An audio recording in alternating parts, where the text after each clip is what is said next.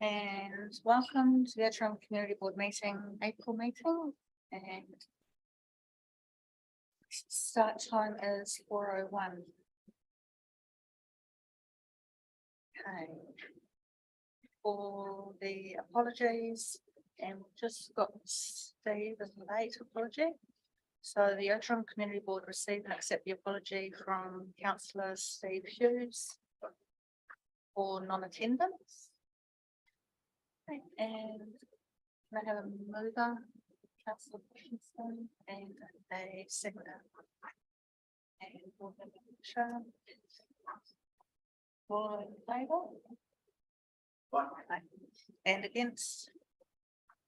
And carried. Okay. And just checking, is there any late items? No, no late items. Declaration of conflicts of interest. Is there any declarations? Conflicts? I do for item 11. As I am an employee of the Ōtorohanga Support House. And that the community board receives a declaration of conflict of interest from Tory for item 11, and the direct conflict of to be recorded in council's conflict of interest register. And a mover. Okay, and seconder. And all in favour? And against? And carried. Okay, and no public forum? No. Okay, so no requests received. And the minutes of the previous meeting. And the resolution that open minutes of the Ōtorohanga Community Board meeting held on 6th of March 2023, having been circulated, be taken as read, confirmed as true and correct. Record of that meeting. Okay. Yep, and I'll move that. And seconder. And all in favour? Again. And carried.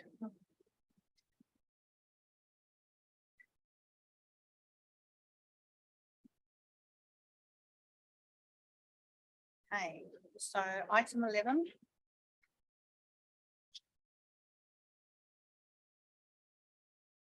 Okay, let's go back.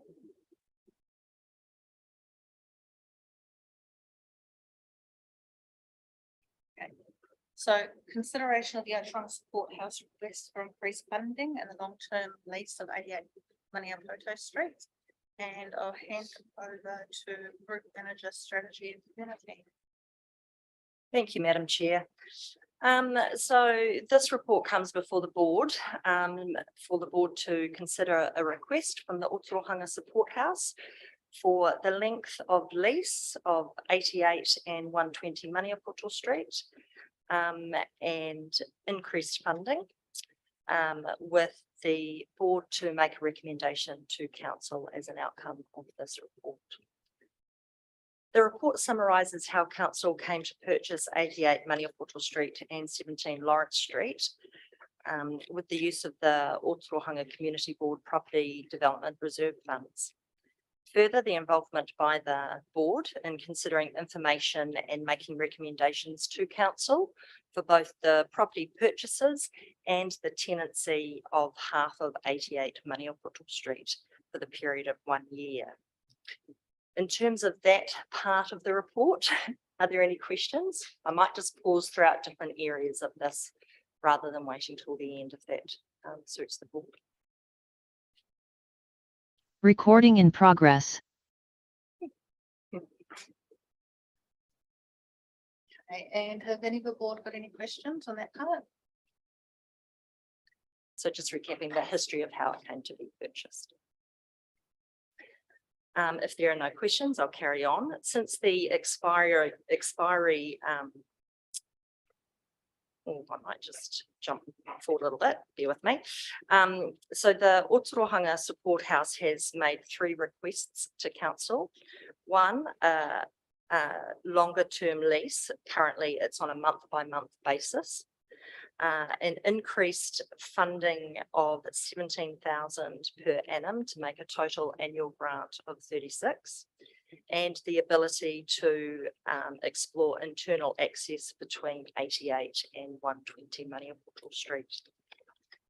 So taking a look at each of those requests individually, the term of lease, the priority actions for the Ōtorohanga Town Concept Plan include the feasibility study of a multi-purpose community facility, of which these sites of 4 different land blocks would be compared to others. That is the priority 2 action within the plan, meaning it will commence in the upcoming financial year and is expected to take no more than 12 months to complete.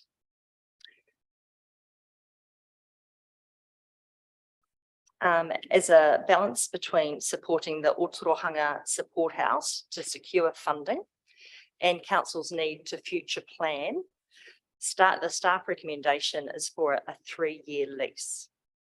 There's more information within the report, and within that it also talks to a 3+2-year lease, which was suggested by councillors within a workshop. So just to clarify on that from our property manager, a 3+2-year lease would be a right of renewal, which would give the lessee, so would give the support house, the onus to renew, not us as the lessor. So as an example, if the feasibility study came back and said that that is a good place to build a community centre, we would need to wait 5 years before we could do anything from the start date of the lease. So there's a lot more information. I hope that was clear within the report. Can I take any questions regarding that particular aspect?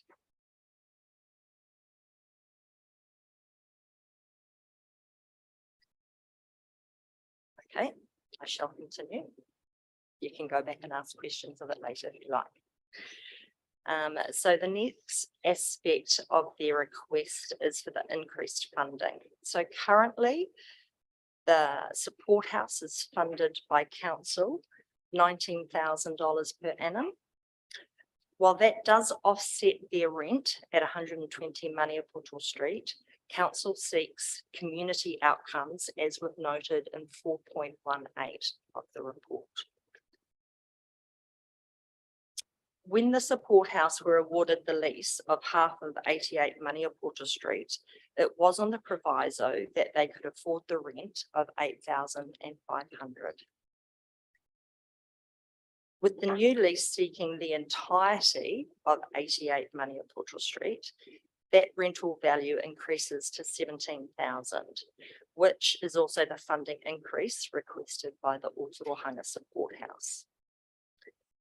If the Ōtorohanga Community Board recommend to council to resolve to increase the funding to match what has been requested, council would not be seeking any additional outcomes as to what we already seek from them. Just to be clear, around the impact rates, that is not estimated, it's been worked out to be 0.13% rates increase should that request be awarded. Once again, there's a lot more information within the report. Are there any questions around that aspect?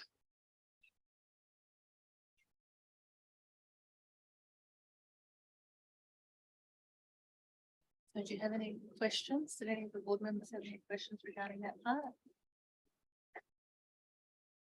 I will acknowledge that that the support house has given us financial information, which was shared with the board after the agenda was released. And The chair of the support house has apologised for not being able to be as clear as to the tagged fundings going forward for the next 3 years. What has been supplied is a statement to say that they could not afford the $17,000 of rent per annum. So just those financials that were supplied on the face value of it, it shows that there is quite a bit of money in the bank account. For me, the financials that were supplied didn't actually show in a more detailed of that this could be years funding or ahead thing. Yeah, through you, Madam Chair, that's correct. We did go back and ask for clarity of tag funds, which due to staffing issues at the moment, they weren't able to supply. Possibly given more time they could. Through you, your chair, the chair. Yeah, I can't read it to see what's tagged as Kat said. So I would find it difficult making a decision on those financials. So I would suggest or recommend that the community board actually makes the recommendation to council to look at it, but with some more forecasting attached to it. So it's easy to see what funding is tagged for the years ahead. Yeah, because it's too hard for us to make a decision on something we don't understand because it's just not there. Through you, Madam Chair. I agree with that, both Kat and Katrina. Also probably if you've got a forecast of tagged funds for the future, that obviously there must be some expenses as well tagged to that. So just to give a better idea of what your net amount, be it right here, right now, or in 6 months' time. Yeah. Thank you.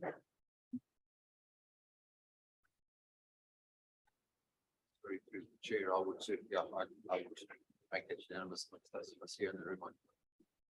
Well, I'm only cutting you off. I just think that's the wisest way to go. We can't make a decision of this magnitude.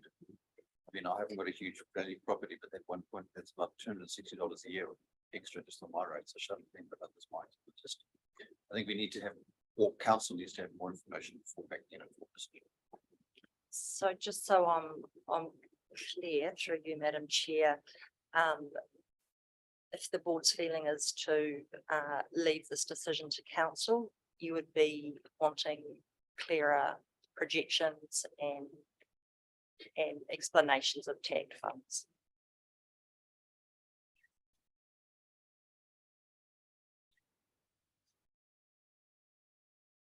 Through you, Madam Chair, I'm still struggle a little bit as why the support house can't look at a 5-year lease.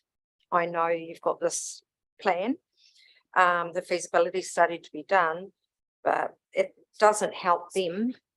It doesn't help them to look forward to the future and what they might need to do and want to do to provide to the community. I'm just struggling with that a bit.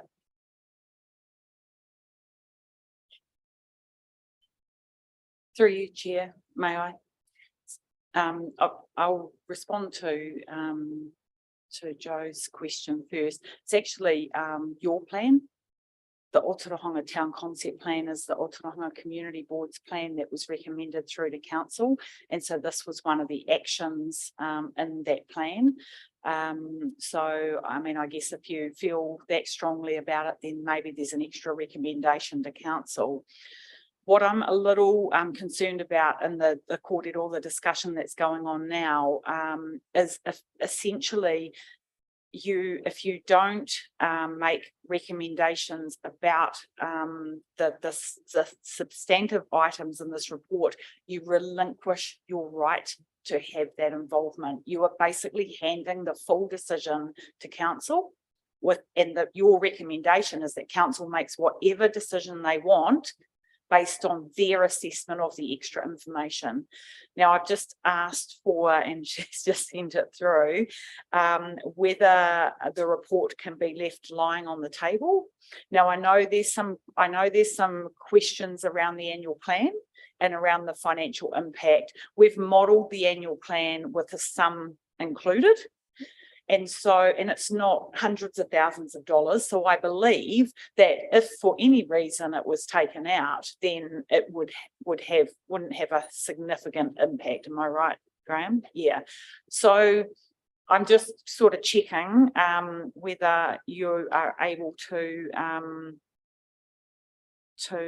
adjourn or leave the matter lying on the table so that you can get the full information if you wish and make that recommendation to council. If you don't wish to and you want to make a decision or recommendation along the lines that you've been discussing, then that's absolutely fine as well. So I just want to hopefully give you some options around that. So just give me a moment to read this. Just in response to that, I think, so for the community board, we would prefer to make that decision. But just being conscious of the time and annual plan and everything else that's coming up, it might be quite tight.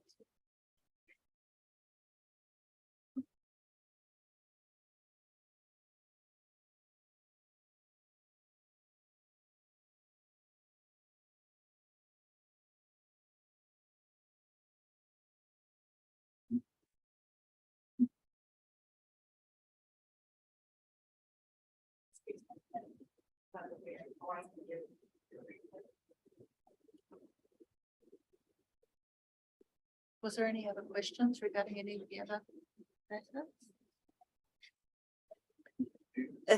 Sorry.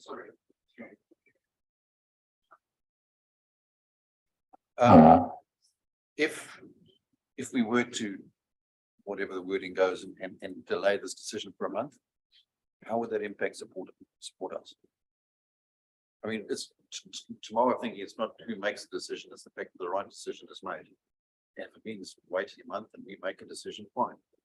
But if it means delaying everything and putting a roadblock in the way, in fact, the council might have to make a final decision later with the information to me personally is not a problem. But how would it affect support us being put on hold for a month? Through you, Madam Chair, exactly as you've said, it would put things on hold for another month.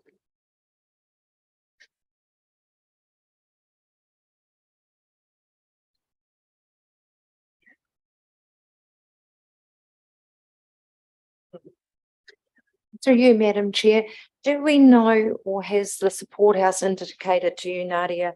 In here it says they want to permit OSH to create an internal access between the buildings at 120 and 88 Portal Street. So that's quite a big cost in today's world, even though it may be only a small, space or internal access. And if they've only got 3 years, which they have considered that. Through you, Madam Chair, yes, when staff first offered the 3-year lease, we were told in that meeting that would be sufficient in order to explore the external funding that they would seek to do that. And I just must emphasise that that there's still legal processes to go through in order to do that. So even though that we would allow that exploration, there's building consents and resource consents and assessments that need to be done to ensure that that is safe to do so. So providing all that is ticked off, then yes.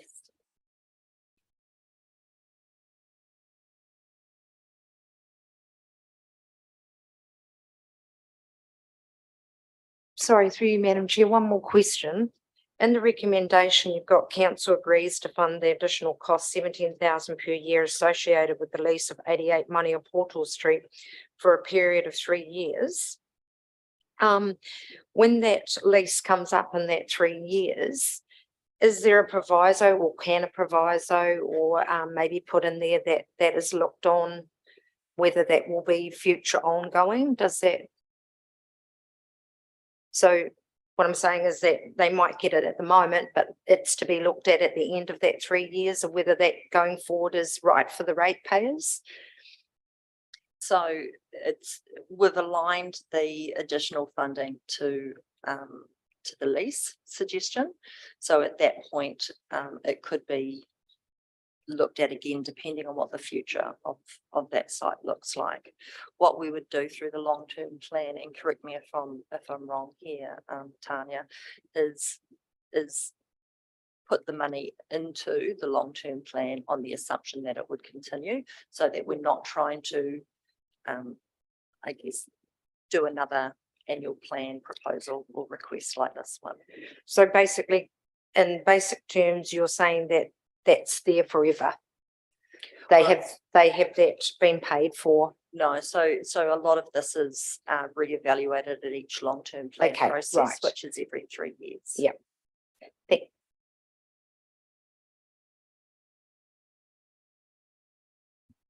So-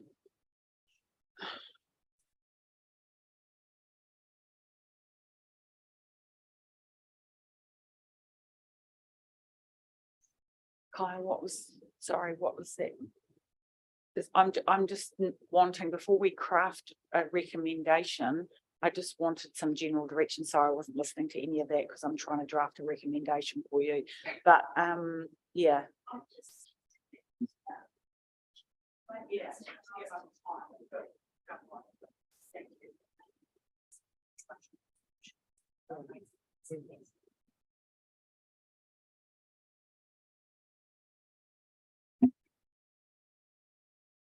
Okay, and the board's adjourning for 5 minutes, just to allow staff to prepare an amended resolution.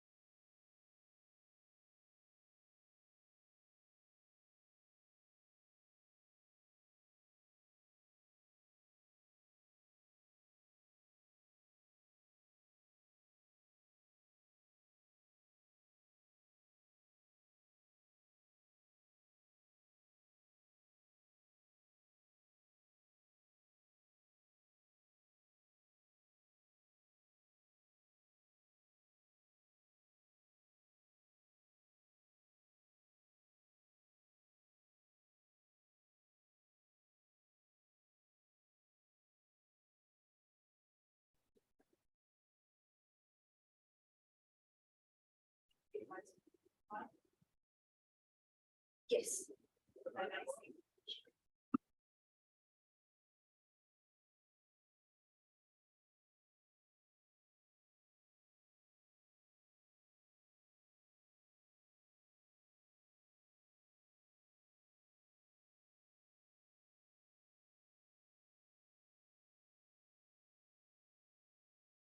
Okay, board is back.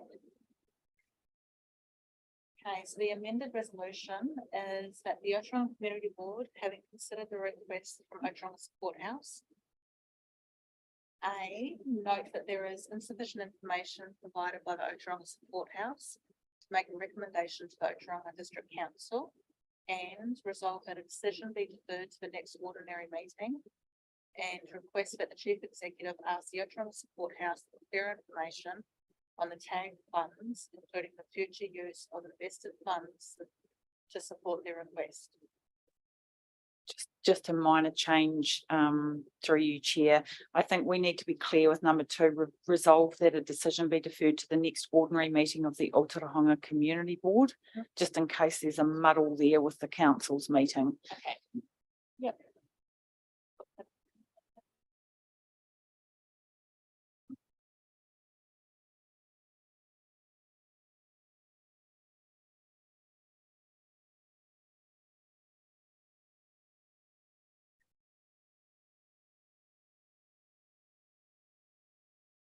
So, and I'll move that, and is there a seconder?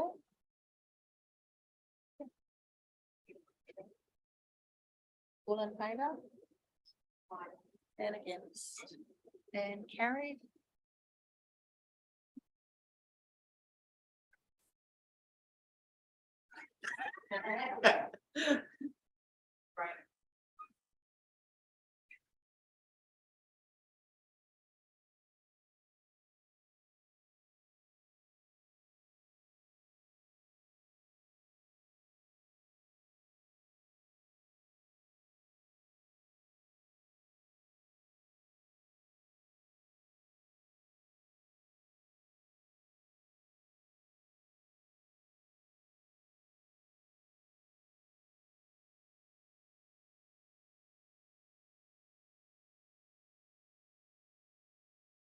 Okay, now we've got item 12, Civil Defence Emergency Management Report for 1st October 2022 to 28th February 2023. And I'd like to welcome Kathy from Civil Defence.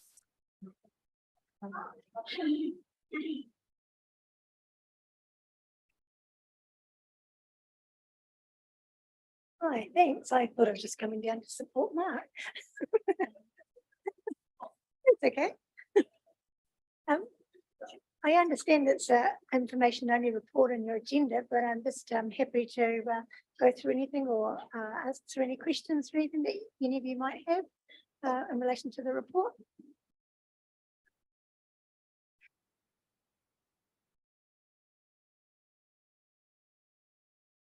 And was there any questions?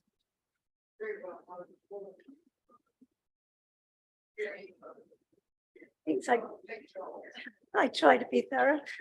There is some highlights, of course. I suppose you can call them highlights. We were able to use our training on 2 occasions in our area with firstly with, of course, Ōtorohanga getting flooded and a state of declaration there. And then, of course, 2 weeks later up here with you guys and Ōtorohanga getting struck with Cyclone Gabrielle. And of course, also Waipa got quite a few count of trees, became a few count of less trees. So yeah, it was a pretty hectic time.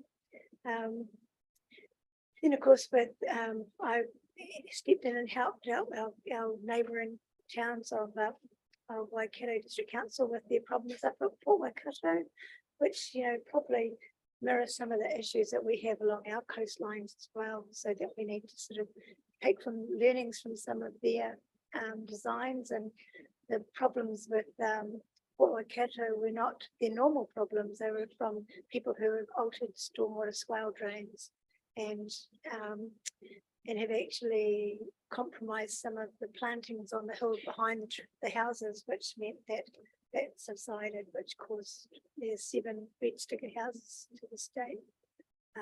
So yeah, so that was quite some good things to learn for around Ukawhia and yeah, so and then of course down at Hawke's Bay, which was quite a sobering sobering event. I don't know if many of you people have been down there. I know Tanya's got family down there, but what you've seen on TV, you can make that 1,000 times worse in your mind.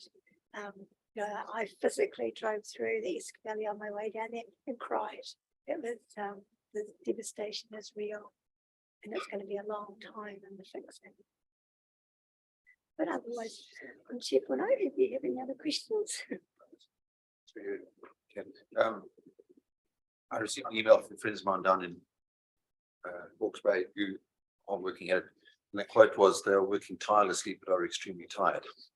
And I guess my question, how are the staff coping? Because you guys must be absolutely, you guys here, but them down there. How are you doing? How are you is what I want to know. Thanks for asking. Yeah, I'm okay. It was a busy 10 days down there, and as you say, they're working tirelessly and are tired. And those are the ones who are able to actually do things. There are people who I was working with the isolated communities on the welfare desk, and there are people who are cut off from their road access by slips on either side of their driveways, which will not get cleared for at least 2 years because they can't get there. So they're on big sheep stations and beef stations. So they're actually working with their neighbours and the Rural Support Trust to actually get ways of being able to get off farm through other neighbours, taking down tracks and things like that. So they actually think about having to work around how you can get off your farm, get your children to school. You know, they just can't. The area around Lower and Upper Dartmoor, where they had the jetty going across, they are actually totally wiped out from that time. They could not get out of either way until they got a little footbridge at Rissington, so they could actually get to Rissington, walk across the bridge and get into Napier. And actually think when I left, there was still 2 hubs that were looking after about 34 families in each hub that were still getting airdrops every week of petrol, fuel and supplies, just because there is no other way on around. Hastings District Council have set up a whole lot of big, huge fuel tanks in these communities because trucks can't get there, so they have to actually get ferried in by helicopter and Unimogs to actually fill these up so that people could come and get some petrol just to keep their quad bikes running and their farms generators going. So there are still people without power, quite a few people without power, and it's more around access to getting things in there. They're actually fixing the power lines via helicopter and actually dropping people into an area, including the big poles and all the rails, and they're having to actually physically dig the holes by hand, like back in the old days before diggers, because they can't get the machinery in there. So that's why it seems like it's taking an age, but it's taking an age because of what it is and the terrain that they've got. And don't bother going for a holiday in Napier because there are no hotels. They're all taken with displaced people. They want you to go and visit, of course, but there's nowhere to stay unless you go to campgrounds and stuff. But yeah, it's quite an eye-opener. But we're coping okay because it's what we're trying to do, and we can come back and rest, and we'll have to go back again at some stage. But yeah, just highlights the fact that New Zealanders are resilient, but they're not that resilient. So, you know, you hear people talk about how resilient the farming world is, and they are to a degree, but there are some broken people out there that are going to need fixing. But thanks for asking. Yeah. Thanks for that update, Kathy. Okay, and just got that the Ōtorohanga Community Board received a report titled Sewer Defence Emergency Management Report for 1 October 2022 to 28 February 2023 from Andrew Lowe, Group Manager, Regulatory and Growth.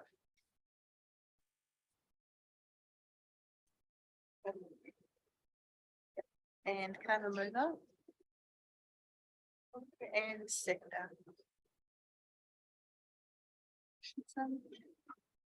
All in favour? And against? Okay, and now we've got project updates. And Tori, picnic in the park, project 1. So I did a little bit of paperwork and made this pretty little colourful report here. I'm just gonna whip through it for those who didn't read it anyway. So overall, a successful event held by the Ōtorohanga Community Board. There was a huge turnout, and in the general consensus was that it was what the community needed. The event ran smoothly. There were no reported incidents within the event time, but there was one outside. Food trucks, the food trucks prepared for big crowds and still some had run out of food, which is a good problem to have. People ordered from food trucks while others bought their own food and a picnic blanket to enjoy the entertainment. We had a lot of people giving what they could so that we could continue to run the event at no cost. And I'm really grateful for the support I received from my family and friends, and particularly my mum and dad, who helped with the running of the event. Good old whānau chats post. And also to Katrina, who supported throughout the whole event in her high vis. The food trucks were stoked that they finally got to serve customers after a hectic summer of rain. So the first thing was, so we didn't have to pay for anything, which is really good. And that couldn't have happened without people giving us what they could. So we got good guys who gave us a gazebo, and the Ōtorohanga Football Club who gave the power for the band. I also got the newspaper reached out to me and asked if we wanted to put an ad in, and I basically said, oh, I have no money. So, and they put it in, I was stoked. So thank you to them. And then we'll go to the next page. So the feedback. It was really, really good that we put the food trucks on the outside. 1, so that we didn't have potential damage to the field. And 2, it opened up the field so that people could see their children like running around. I had a lot of feedback from people who came to the event, mostly because we supported our local food trucks first. So that's what they liked to see, was that even though we didn't have many food trucks, they were all local except for the Mexican one, which was my favorite. So, so that's what I did.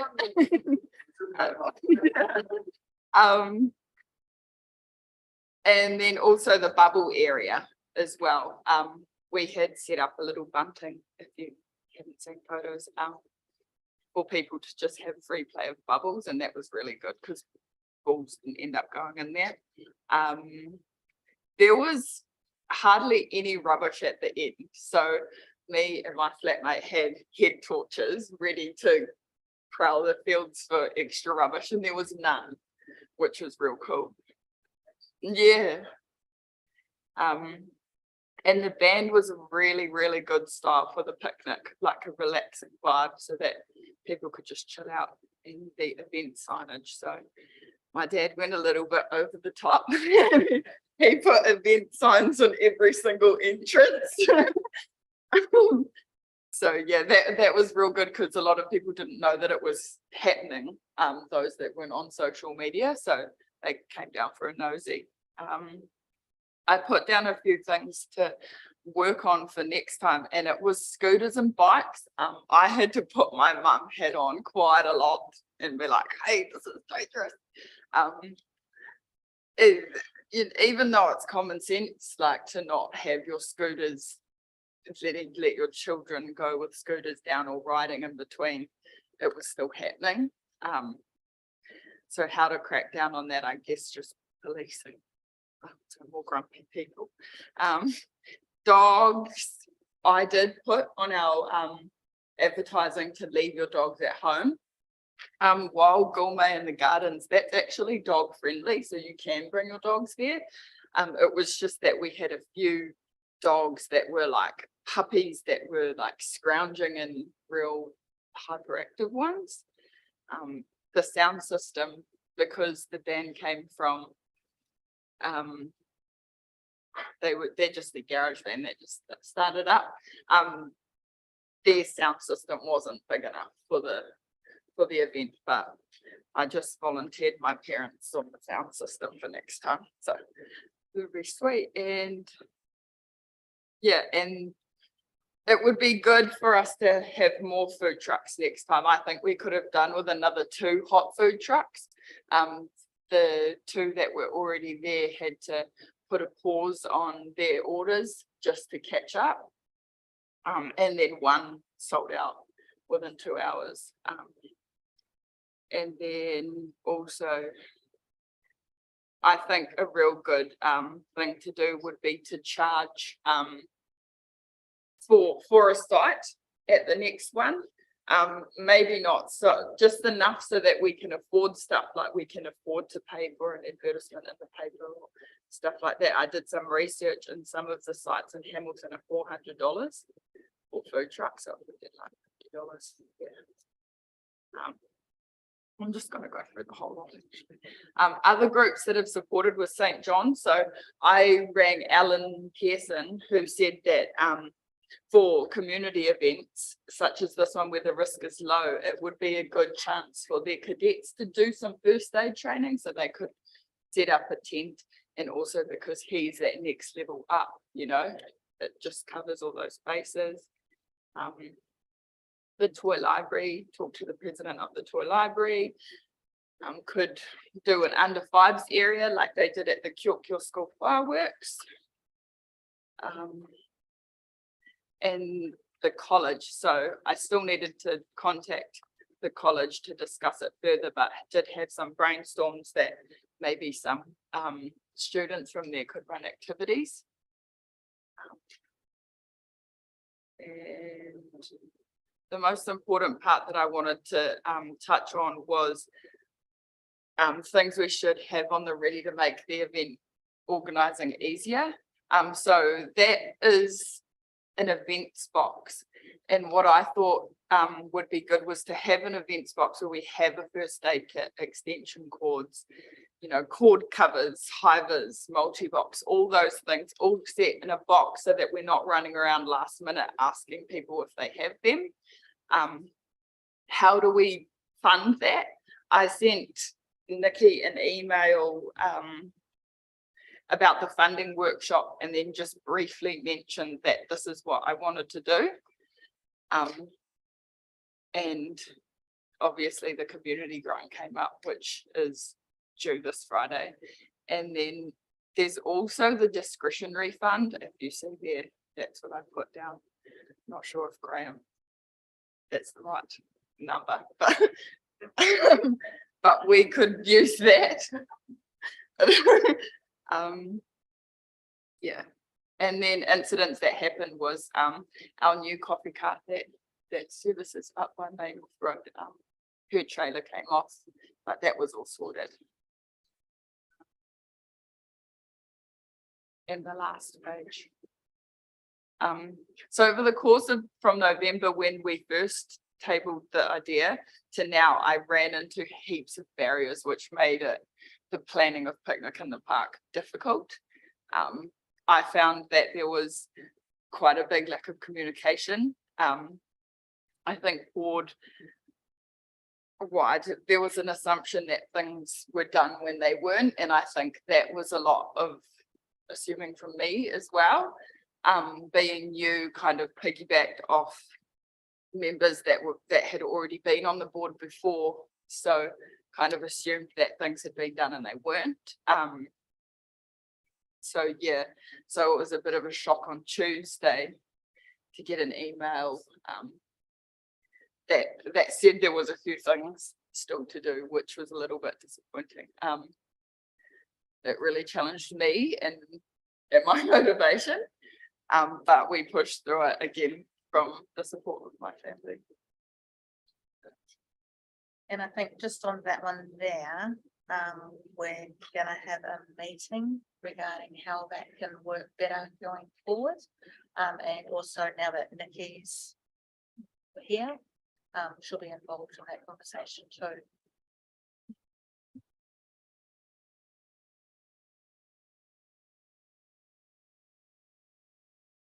Oh yeah, I just put in the social media because we decided not to make a Ōtorohanga Community Board Facebook page. I ran the event from my own page just to get it out there. And then, like I said, that just increased the pressure on me to get it right. So I think that's why I was quite frustrated that there were a lot of things that weren't done when I know I can do it, but I just need to be told that I need to do it or made aware that it's there. So. No questions. I just want to thank Tori because it was amazing. The positive feedback on the night and after has been amazing. And it is what the community needed, and it's down to you. So thank you.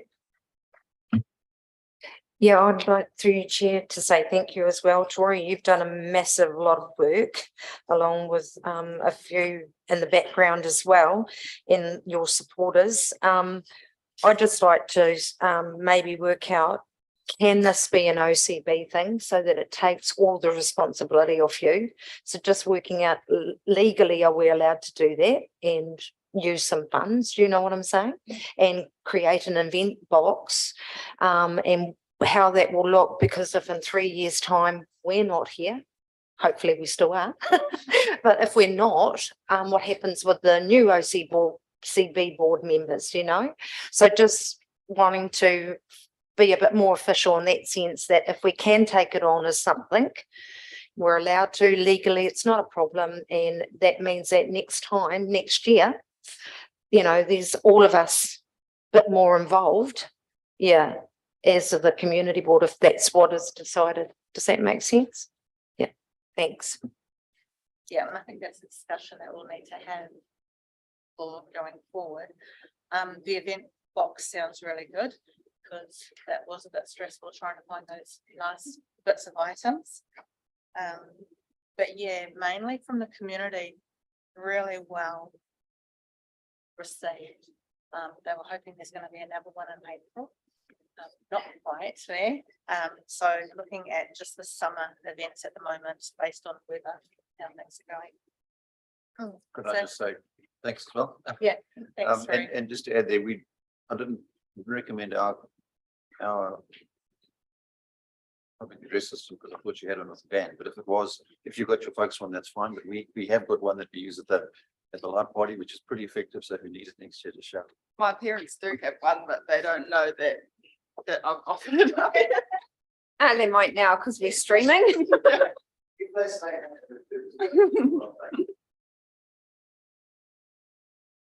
Oh, thanks.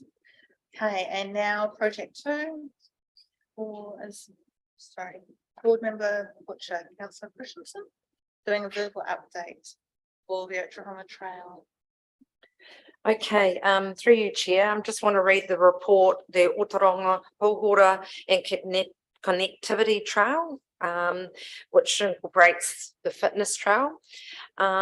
So we had a meeting, a working party was created, which was held on the 10th of March 2023, with Katrina Christensen, Joe Butcher, Tori Muller, is that right, Tori? Sorry, oh yes, and Robbie Matthews, who sport Waikato. Discussion was based on below actions. Background: the Ōtorohanga Community Board had previously had discussions around developing the riverbank walkway. It was decided that placing some fitness equipment along the trail will be a great incentive to get more people utilising the trail. I'm not sure, just backtracking there for a minute, this report could take a little bit. Do you want me to read it all or just try and speed? I think we've all got the report. All so got the just the report? key Yeah. points.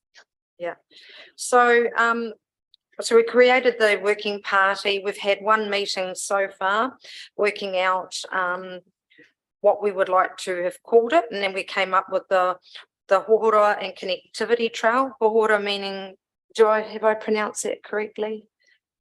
Hōhora, thank you. Means to be fit, well, healthy, vigorous, and good spirits. Connectivity covers alignment, future plans around connecting the neighbourhoods and the green spaces in town where these fitness trails could be.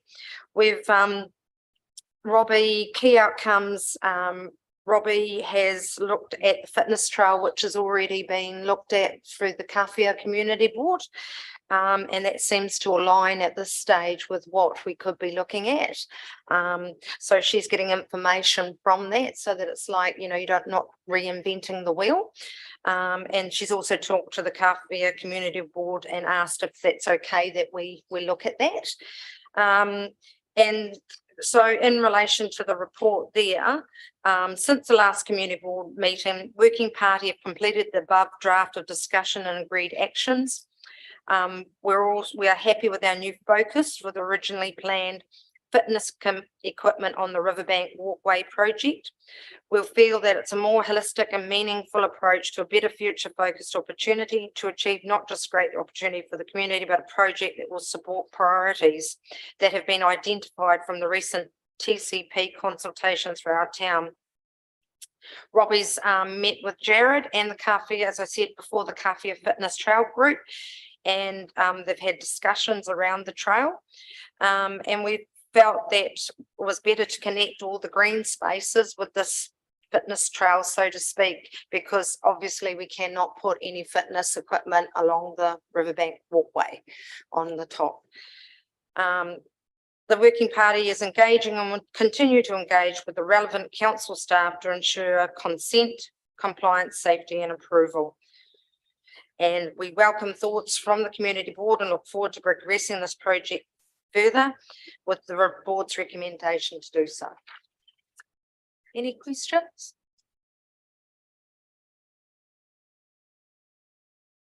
No, just again, thanks to all of you for making something happen. Yeah, well, it's quite exciting actually. So hopefully it does keep rolling forward. Do I move that? Or it's just-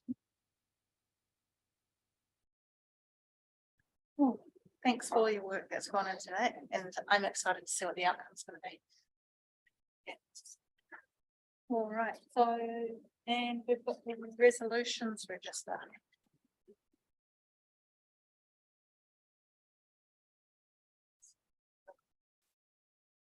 And there's been no updates since the last meeting. So, the resolution is the Ōtorohanga Community Board received the staff updates on the resolution register. And a mover. Through you, Chair, can I question anything on here? Yep. Am I allowed to? Okay. I just want to question the resolution about the motor-friendly town in Ōtorohanga and support the installation of free public dump station on council-owned land off the end of Rangipahi Street. The update states that Ōtorohanga District Council considered the matter at their June 2021 meeting and resolved to defer making a decision on motorhome friendly town status, including the location of a dump station. And the staff are currently liaisoning with the New Zealand Motor Caravan Association and will provide an update in the upcoming meeting. I have had some information come to me that there might be an outside business, well, not outside within Ōtorohanga, but a business that could be putting a dump station in at their business. So I'm just wondering where we go with putting in a statement resolution or something that if this does go ahead, and if anyone has any information here that they can provide today, other than what I know, if this does go ahead, does this need to be on the resolution register in the future? I'm just wondering if you should add, Joe, that the Motorhome Caravan Association is in consultation with the Yes. business owner and will be putting in financial support too. Yes, yes. So basically, and I've rung this person and they have said that they don't mind if I give this information. So yeah, thank you, Katrina. So the Motor Caravan Association have been in touch with this business. This business is in the process. They've had plumbers down there. They're in the process and they're talking, and it's pretty much they think that if they can get council's consent or the Motor Caravan Association gets consent, that it definitely will go in their business and be partially viable to their business with the caravans or whoever wants to use the dump station. So having another one considered, if that's what happens at their business, to be in town would be ludicrous in my eyes. Sorry, Joe, I'm not sure what you're asking. I think at that time when it does come to council, it'll probably be updated in that area at that point. to Will say be, this yeah. has So come does through. anybody know of anything that could be happening? With what dump station? Sorry, I'm not sure what you mean, Joe. Oh, okay. Just does the council have any idea? Because that I understand that the business has talked to Andrew Lowe and yourself in relation to putting a dump station at their business. So I suppose what you're asking is, are we pursuing any other alternatives at this stage for dump stations? So Yeah. the answer I could probably get to that is no, we're not at this point, if that helps answer your question. Yeah. Yeah.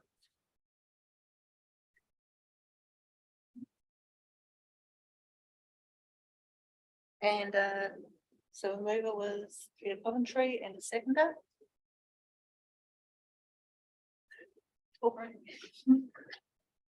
All in favour? And against? And carried. Okay, and declare the meeting closed